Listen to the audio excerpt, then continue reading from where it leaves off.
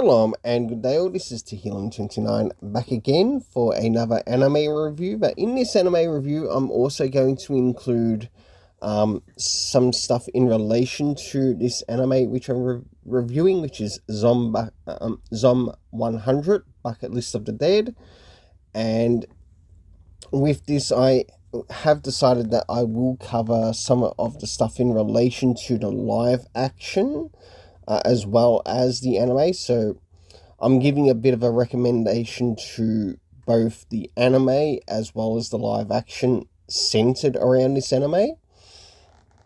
So now it's time to begin to talk on the issue and also the episodes of the episodes of Zom 100.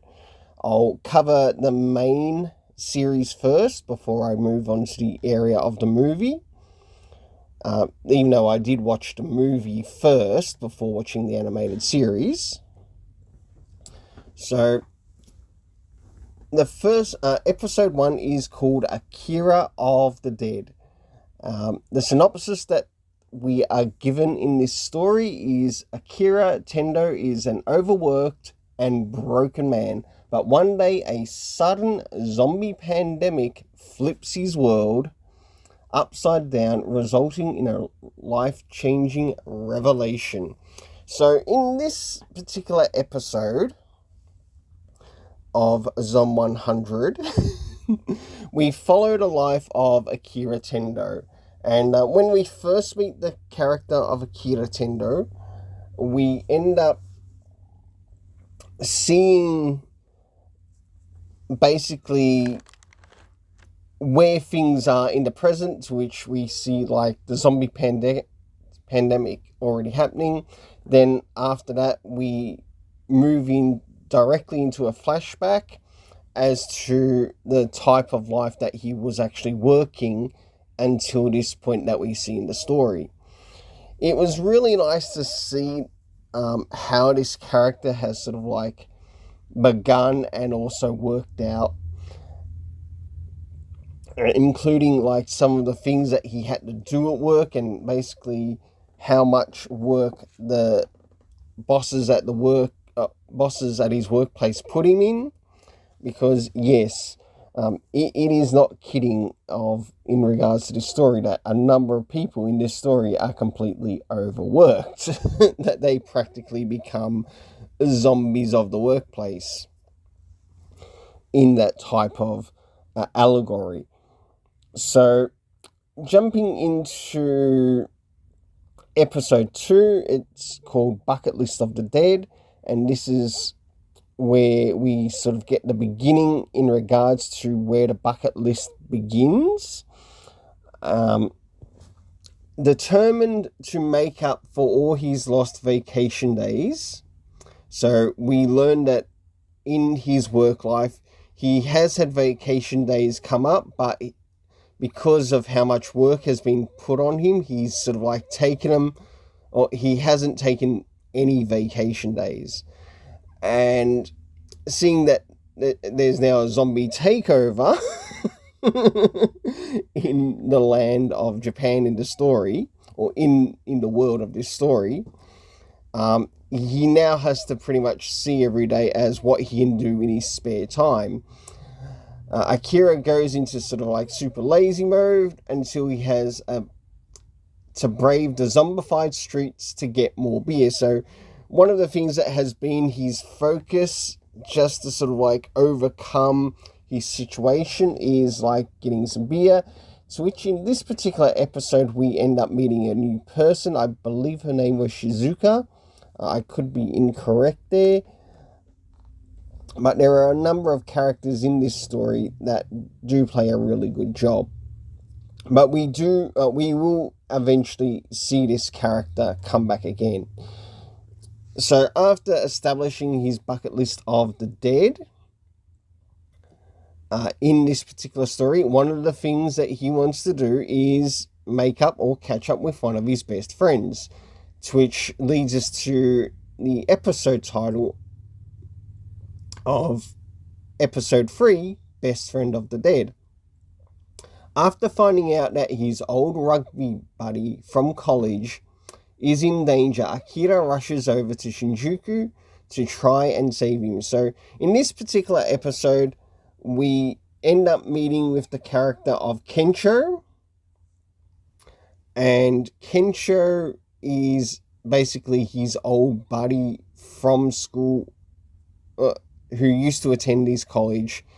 And with us meeting the character of Kencho, we learn also of how much time they sort of like spent playing rugby together, as well as the situation that Kencho is presently in, to which he also wants to go and save him. And sort of like begin to get things crossed off in relation to his bucket list, which he has finally begun. Jumping into episode 4, it's called The Flight Attendant of the Dead. We also learned that on his list is that he wanted to, meet up with some flight attendants. And this is where both Akira and Kencho, so where it starts off with singular, it starts to move into a duo, flee into the basement of a department store and meet a trio of flight attendants checking one more item off their bucket list, to which something does end up occurring at this particular department store that they are in, and some of the members that we do see there do get turned into the zombies in relation to this world. Jumping into episode 5, it is called Hero of the Dead. And this is where we get another flashback in relation to Akira. Actually, we get to see more of a younger Akira in this flashback. And in this, in the synopsis, it's been remembering his childhood dream, Akira goes to the aquarium to grab a certain item, only to run into a group of survivors running for their lives. So in this, we end up finding out that there are some survivors at a aquarium, and with this, he ends up coming across a certain suit. Now, they have sort of like established that this certain suit that Akira can be used to become a hero can only be found at this particular aquarium, because with this suit, if a zombie were to bite into it, his life is going to be okay. So we know that some of these zombies these zombies in this world do have a bit of a weakness when it comes to certain things or certain items. And that is really nicely established, to which they move on to the next thing, which goes to moving into episode 6, which is called The RV of the Dead. Akira leaves Tokyo behind and heads back to his hometown, Gunma. When he makes a pit stop to get an RV, he reunites with the character who we know as Shizuka, and this character sort of like accuses him in a way of like, are you trying to stalk me or whatever? And it's only just through random happenstance that they end up coming across each other. To which we then move into the next episode, which is called Truck Stop of the Dead. Akira finds himself sucked right back into his old corporate drone mindset. Now, in this, seeing him in the state triggers bad memories for Shizuka. Now, we know that Shizuka, that with her family, in relation to her memories, we do get to see a bit of a flashback, seeing that her old man is like a bit of a corporate overlord of the place of where she's grown up as, and she's sort of like expected to treat people practically the same as her father. And you can definitely see that she didn't feel comfortable in that environment, to which she also plays an important role in helping Akira break out of his mindset to practically be a zombie-like drone for his old boss in regards to the situation, to which the situation then changes in when zombies, of course, infiltrate the facility, or they manage to get in a way because of a little bit of carelessness in regards to the boss's own influence in this particular case. And due to that, it leads to them eventually saving all of the survivors that are there, which is fantastic. But you also see that play out in regards to, I won't give it away, but you do get to see like a certain number of episodes play out in the live action. It's the only way to put it. So jumping into the next thing, one of the other things that we learned that is on the list, and that is enjoying sushi and hot springs. So in this, Akira and his friends meet a German college student who isn't going to let a zombie outbreak stop her from chasing her dreams. Now, we learn with this particular German student is that they have a big fascination for the Japanese society, so Japanese history and culture, and she loves basically everything Japanese to the point that she even goes to the point of what's the word? That she'll even dress up like a samurai in gear and kill off zombies. It's absolutely great. It's hilarious. The approach in this story is really well done. They do eventually going to enjoy some sushi. They do enjoy going to a hot springs, but we do learn that eventually at the hot springs that there are some things there that they might want to run away from, being zombies that they did not account for. Really well done. So as we start to jump into the last 4 episodes, so 9, 10, and 11, and 12, we have Treehouse of the Dead. Now, with Treehouse of the Dead, whilst Akira is on his way to his hometown, they end up reaching a point to which they come across a road that's been blocked off. They realize that tunnel to the location to where Akira's parents live, whilst being blocked off, is harboring zombies, to which the hometown had, in a way, somehow set up so people could probably go the other way around to get there. And good thing for Akira, because he knew how to get around certain areas, to which in this they meet a person who was wanting to make a particular treehouse, to which they live in the forest, and they were sort of like wanting to get away from where they were, and they help this person actually fulfill their dream of building a treehouse in the forest that he lives in. So Akira,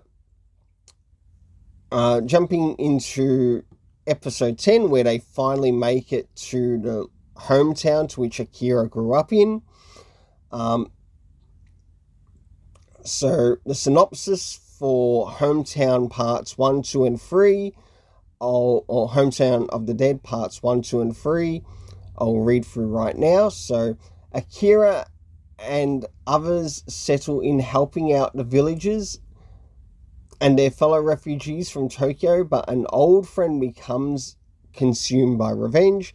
We learn that the old friend in this particular episode is someone by the name of Higurashi, and we get basically small glimpses in regards to this character, but we do get more glimpses as we sort of like draw towards the end of the story.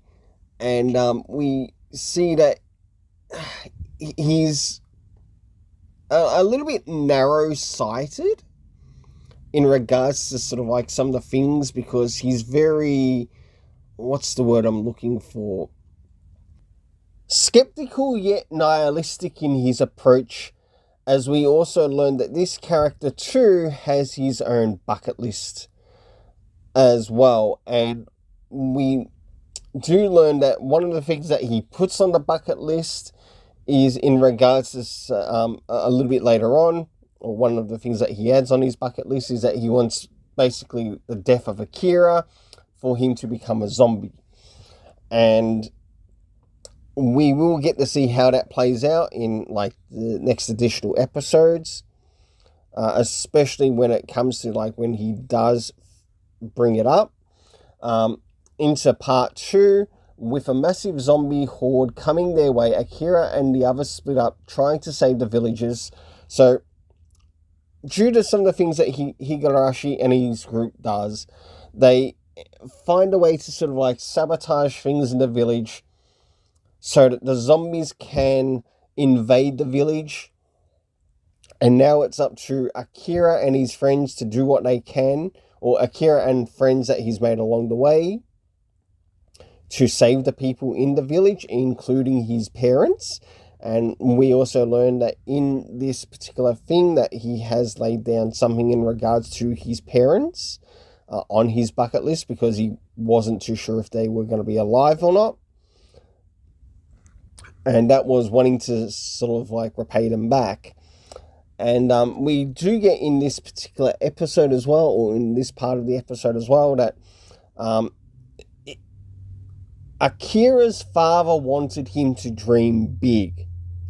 Like, in other words, not just look at things on a local level. In other words, look at it at a universal level. What do you want to do that would like do a big impact on the world? And so jumping into part 3 of Hometown of the Dead, faced with an impossible choice, Akira's time may have finally run out.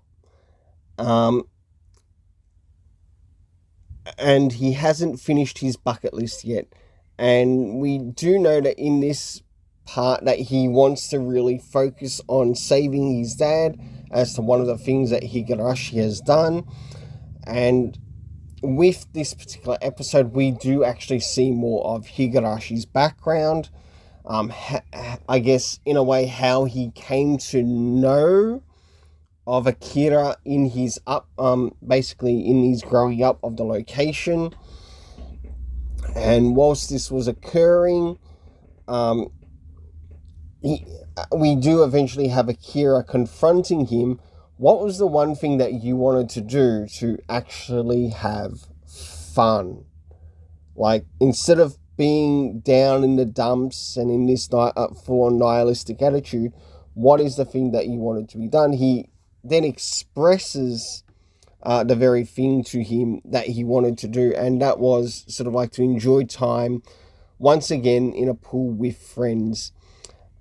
This is to which we do also see the return to which the person who was responsible, or the person that they were responsible to helping make the treehouse, also turns up on the scene and also helps the villagers flee from the zombies in regards to a bridge that was destroyed.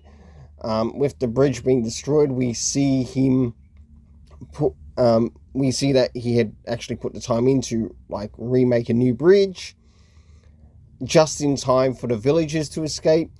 Not long after the villagers escape, we have the zombies practically falling over the edge and into the water. So, in other words, it then frees up that area once again for the villagers to return.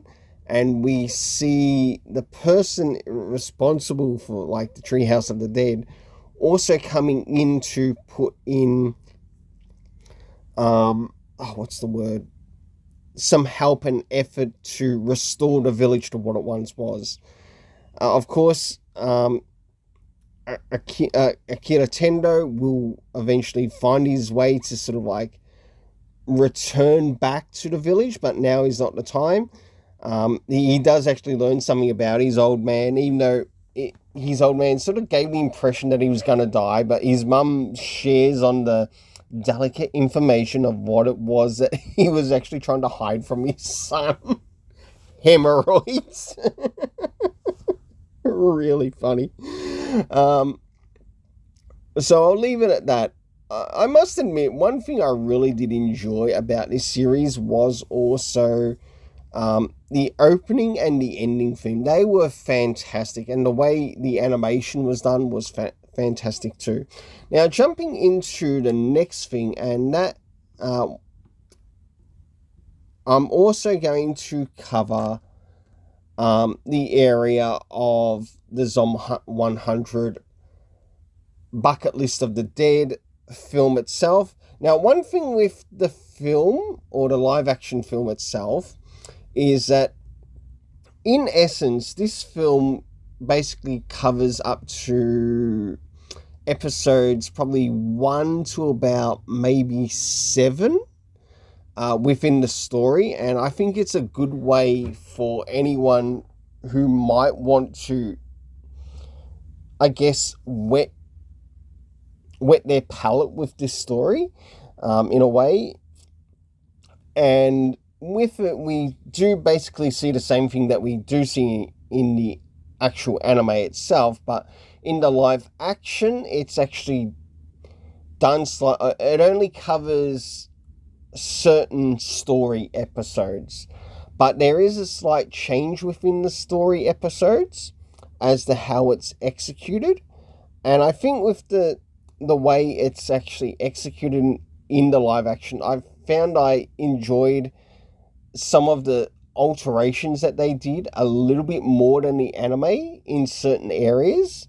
So in regards to the area of the boss, we realize that the character of when we encounter Akira's boss in the movie, not only is it at his workplace, but we also see the character actually at the aquarium and not at another location to which the character is actually seen in the anime. And I thought that was actually really good and really well done. And with that, it does also, we do get to see scenes in regards to the hot springs of the dead, some of the people that they meet along the way. I can't really say much about the soundtrack, but it's up to the listener of what they think of the soundtrack. I found I enjoyed the soundtrack more so in the animated series and what I sort of did in the live action. Now, whether they share the same soundtrack, I'm not completely sure. So as for that, now is the area of, I guess, my rating for this series. So jumping into the area of the main characters in a way become Akira Tendo, Shizuka, even though in like the second episode we see her for a minor bit, but she does actually return and in a way start to play a role as a main character. Then we have Kencho, who is basically his best friend, and these basically become the 3 main characters within the series that we follow along and what they do in the story. The supporting characters would have to be at least probably like little people, or people who have people that they have met and that have survived along the way, but also are there for like a short amount of time.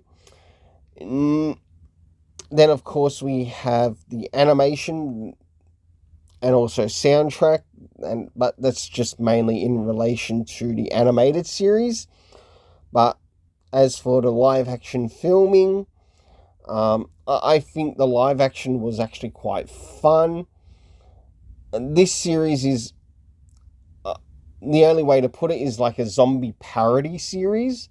It does get funny. It's not like some films where they play on it absolutely serious, And I'm not a big zombie film watcher myself, but for this, I'd let get away because it does actually focus a lot on making the audience laugh and learn that, okay, it's a fictional story, but you can still have fun with fictional stories like this. And then last but not least, the area of the story. So let's jump directly into the ratings. For the main characters, I am going to give an 8 out of 10. That's right, an 8 out of 10. But I would like to see a second season of this series. And maybe even a second movie, a second live action movie. Next area is the supporting characters. A short time as they were in, I give a 7.5 out of 10. But you can certainly see how they play an important role in relation to the key characters. Next is the area of the soundtrack, to which I'll give the soundtrack an 8.5 out of 10. And that mainly applies to the anime more so than the live action. When it comes to the next thing, and that is the area of the story, which I think for this, I think I'll apply for story 1, I'll center, or for the story rating, or for story 1, which I'll apply directly to the animation, or the animated series, or the anime series, I give an 8.5 out of 10. In regards to the live action, I'll put it under story 2, to which I'll also give an 8.5 out of 10. Well, if you happen to have watched this series, and I must admit, I would actually like to pick up the manga to this series now that I have not only watched the live action of it, but also watched the animated series of it. I wouldn't mind picking up the first 3 volumes, maybe even first 5 volumes of this series to check out for myself and see how much of not only the live action but also the anime sort of like kept accurate. So for the live, both story 1 and story 2, 8.5 out of 10. Sorry for dragging it a little bit longer than expected.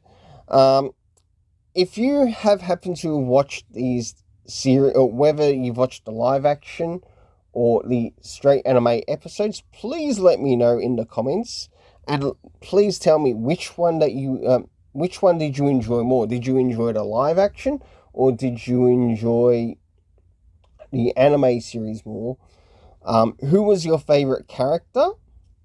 And last but not least, let's keep it colorful and have yourself an awesome day.